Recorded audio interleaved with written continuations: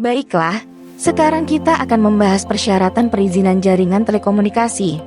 Yang pertama adalah dokumen rencana usaha yang memuat 1. Jenis layanan sesuai dengan penyelenggaraan yang diajukan. Panduan bentuknya adalah sebagai berikut ini.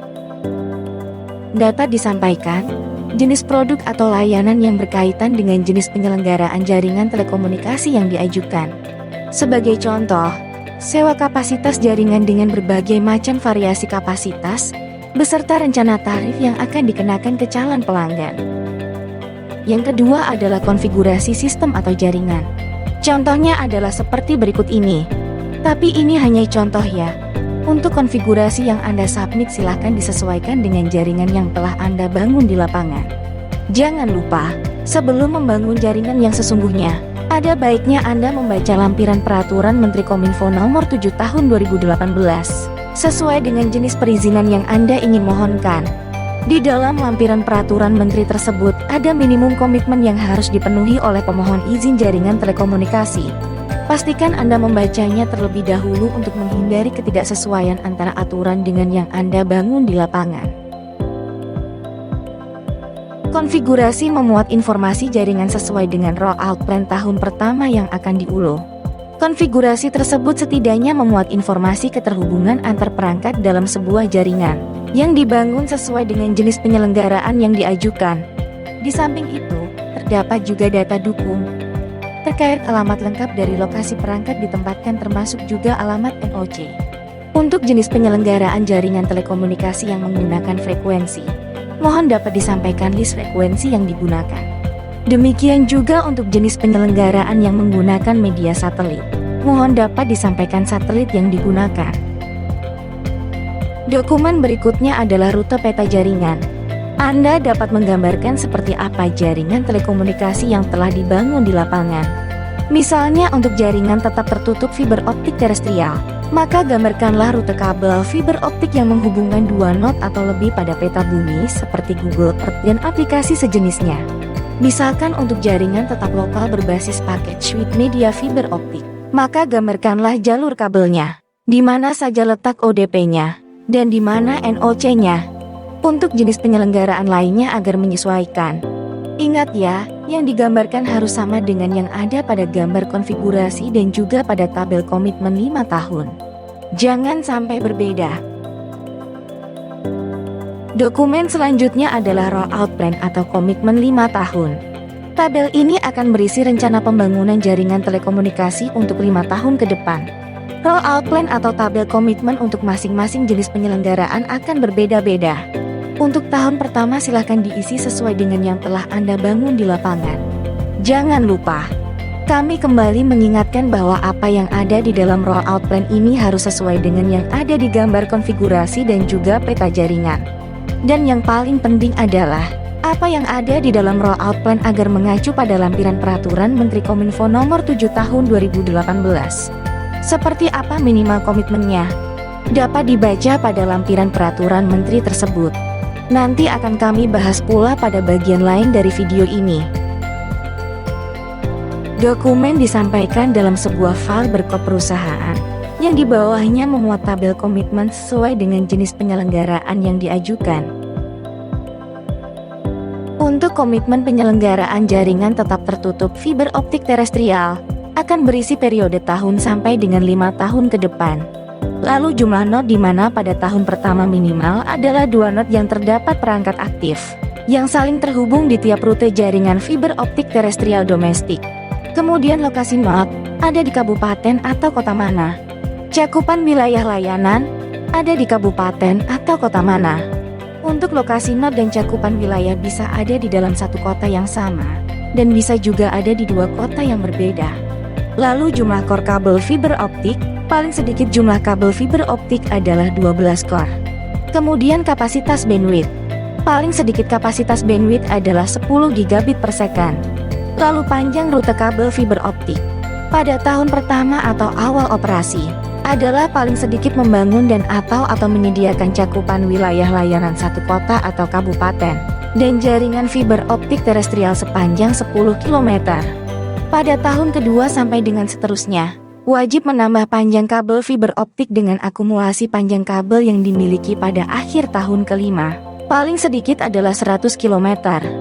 Khusus untuk jaringan tetap tertutup fiber optik terestrial rute internasional. Memiliki paling sedikit satu not yang terdapat perangkat aktif di wilayah Indonesia. Dengan paling sedikit jumlah kabel fiber optik adalah 2 core. Yang kedua adalah tabel komitmen untuk jenis penyelenggaraan sistem komunikasi kabel laut. Kolom pertama adalah tahun komitmen dari tahun pertama sampai tahun kelima. Kolom berikutnya adalah jumlah kabel landing station. Paling sedikit memiliki 2 kabel landing station dengan perangkat aktif yang saling terhubung.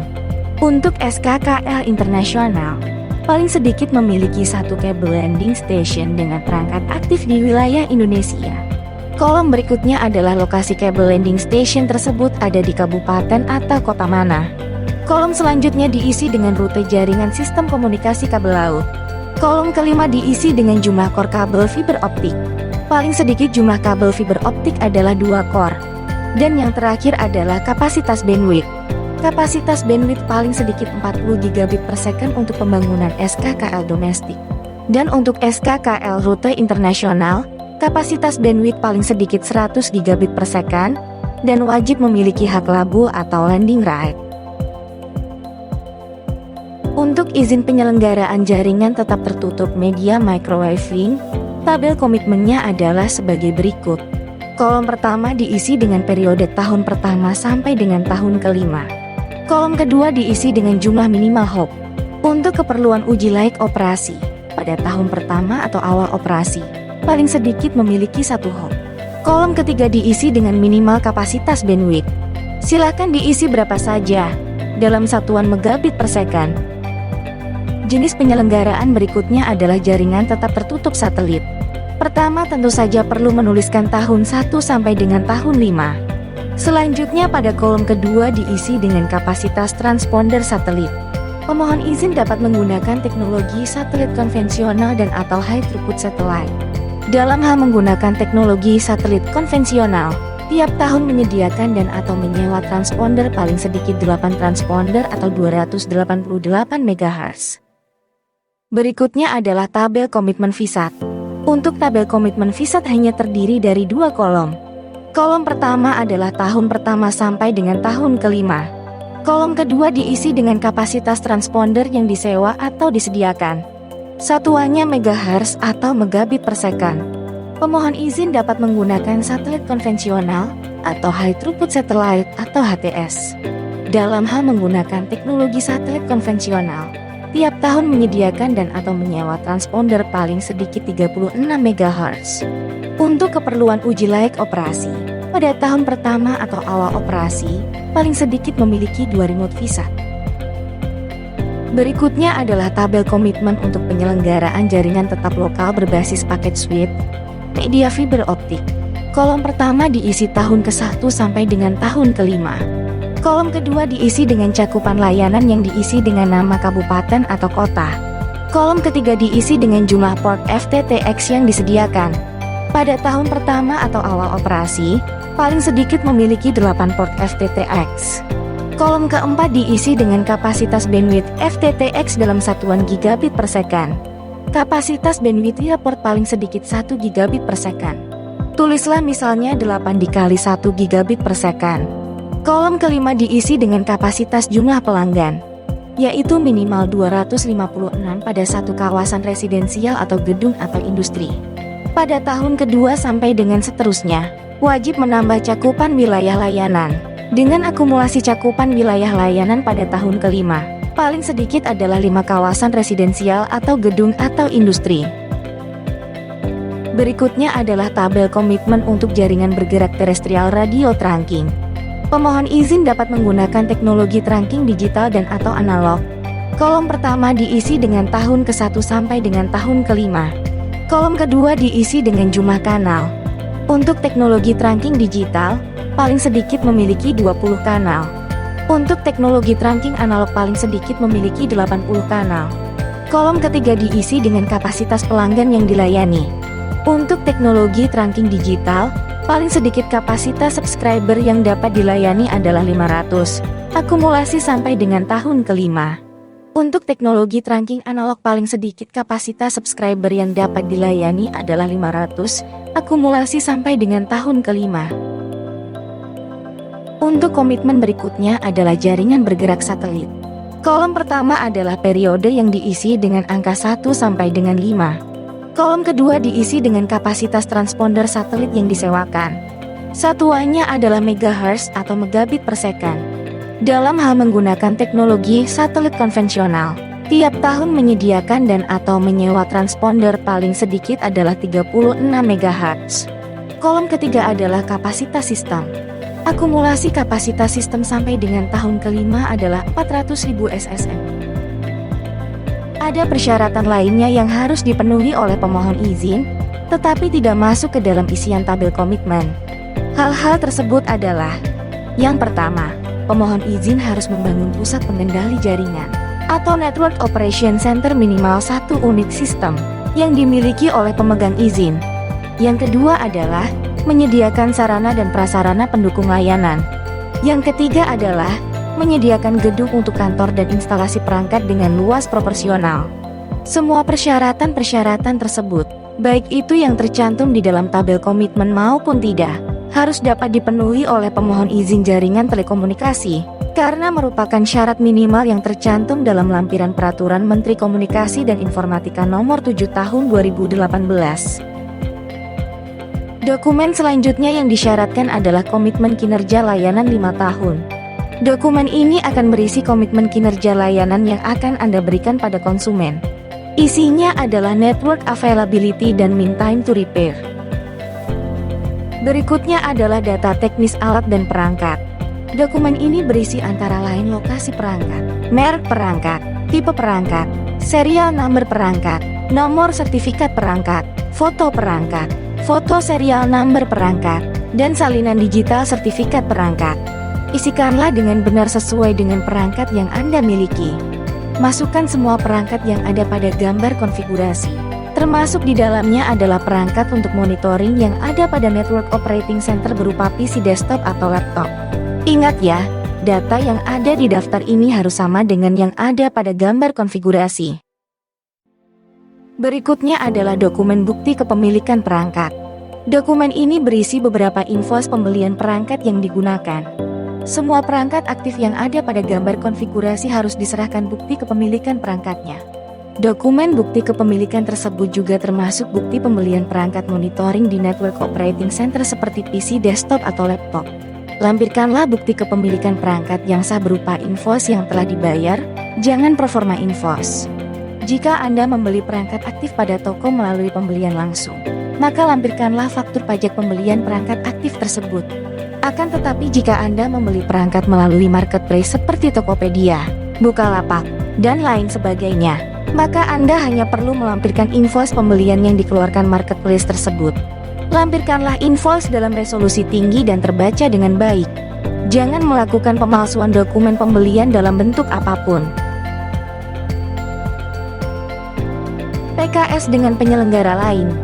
Dokumen ini hanya dilampirkan jika Anda melakukan perjanjian kerjasama dengan penyelenggara telekomunikasi lainnya, seperti misalnya colocation. Jika tidak ada perjanjian kerjasama, maka silahkan lampirkan surat keterangan tidak ada perjanjian kerjasama. Contoh bentuknya adalah seperti ini. Pusat kontak informasi berkaitan dengan layanan prajual dan purnajual. Ini adalah dokumen yang berisi channel yang dapat dihubungi oleh calon konsumen dan konsumen jika akan melakukan pendaftaran atau menyampaikan keluhannya. Bentuknya adalah seperti berikut ini.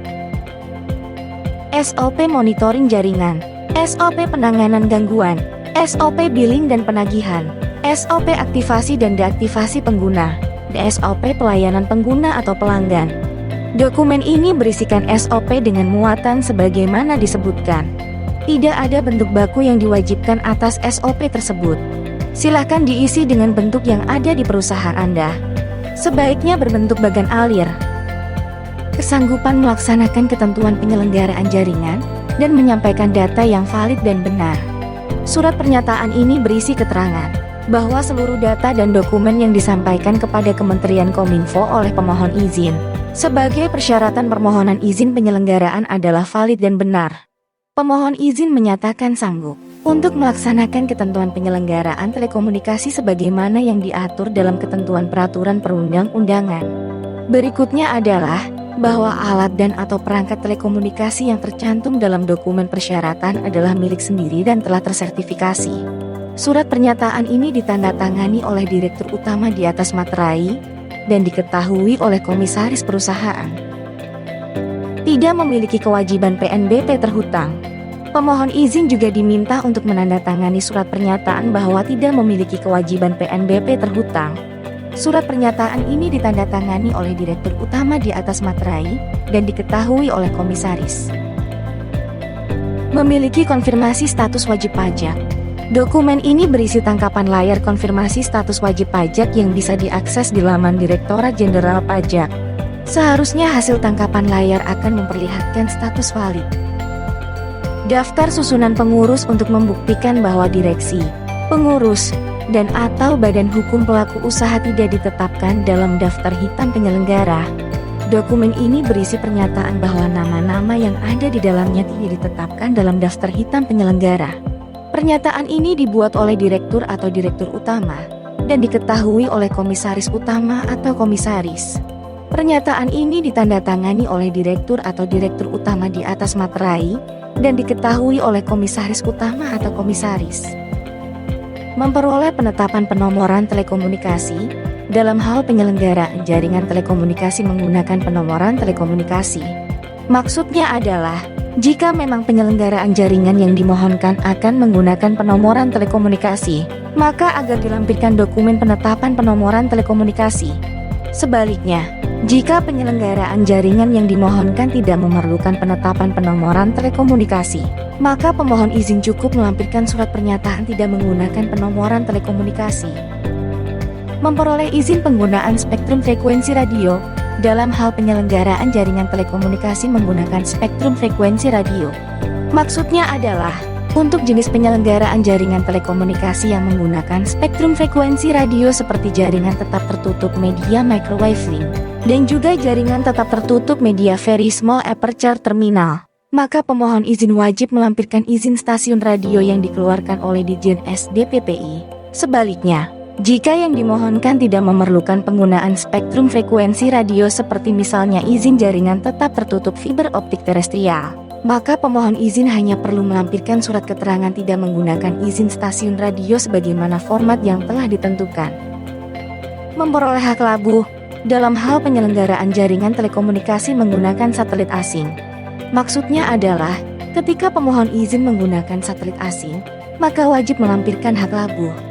Akan tetapi jika menggunakan satelit domestik, atau bahkan jenis layanannya tidak menggunakan satelit, seperti misal jaringan tetap tertutup fiber optik terestrial, maka cukup melampirkan surat keterangan tidak menggunakan hak labuh. Berikut ini adalah channel media informasi dan pengaduan yang mungkin Anda butuhkan dalam proses pengajuan izin penyelenggaraan jaringan telekomunikasi. Yang pertama adalah call center 159. Silahkan dihubungi jika terdapat hal-hal yang perlu ditanyakan. Yang kedua, Anda dapat bersurat ke email izin ppi@pelayananprimadijempi.go.id. Yang ketiga, Anda dapat membuka laman layanan.kominfo.go.id. Yang keempat, Anda dapat datang langsung ke loket perizinan terpadu satu pintu yang ada di kantor pusat Kementerian Komunikasi dan Informatika, di Jalan Medan Merdeka Barat nomor 9 Jakarta Pusat. Jika masih ada hal yang belum dimengerti terkait pengajuan perizinan berusaha, pengajuan ISR, ingin mengecek sertifikasi perangkat, atau ingin mengecek regulasi di bidang telekomunikasi, Anda dapat mencari pada laman berikut ini.